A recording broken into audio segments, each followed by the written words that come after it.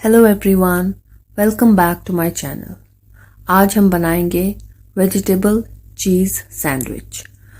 ये एक बहुत अच्छी इवनिंग स्नैक है। आप इसे लंच बॉक्स में ऑफिस या स्कूल भी ले जा सकते हैं। ये बहुत जल्दी तैयार होता है और बहुत टेस्टी होता है।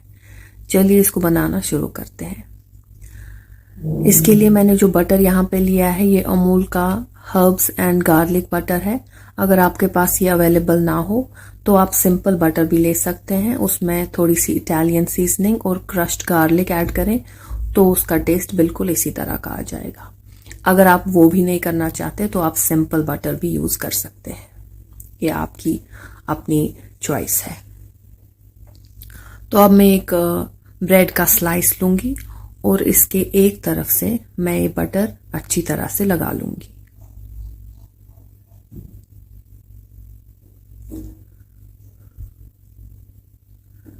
ये देखिए मैंने इसके ऊपर अच्छी तरह से ये बटर लगा लिया है। इसे मैं अब तवे पे रखूंगी। जो बटर वाला साइड है वो हम नीचे की तरफ रखेंगे। इसी तरह से मैं दूसरे टोस्ट पे भी बटर लगा लूंगी और फिर इसको भी मैं तवे के ऊपर बटर वाला साइड नीचे की तरफ रख के सेक लूंगी। अब इन दोनों टोस्ट के ऊपर मैं एक एक चीज स्लाइस ऐड करूंगी। आप कोई भी प्रोसेस्ड चीज यूज कर सकते हैं। इसके ऊपर मैं ये वेजिटेबल्स ऐड करूंगी, कैप्सिकम, टमाटर और प्याज। आप अपनी चॉइस के कोई भी वेजिटेबल्स इसमें ऐड कर सकते हैं।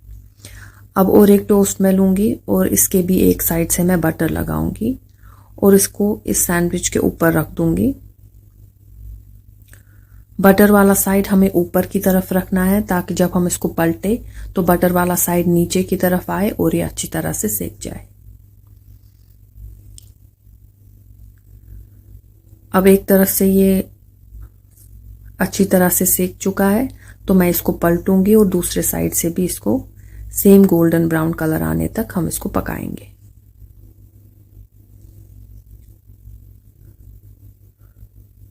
लगभग 3-4 मिनट के बाद ये दोनों तरफ से अच्छी तरह से तैयार हो जाएगा तो मैं इसे उतार लूंगी पैन से।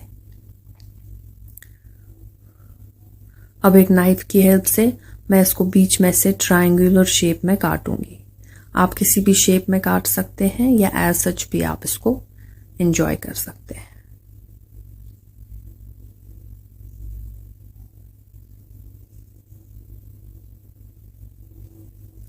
ये देखिए ये बन के तैयार हो गई है हमारी वेजिटेबल चीज सैंडविच। इसे केचप के साथ सर्व करें या आप एज सच भी इसको एंजॉय कर सकते हैं। ये एक बहुत आसान और टेस्टी स्नैक है। बच्चों को भी बहुत पसंद आता है। आप इसे ज़रूर एक बार ट्राई कीजिए और मुझे कमेंट्स में बताइए कि आपको ये रेसिपी कैसी लगी। Thank you for watching. मेरे चैनल को ज़रूर सब्सक्राइब करें।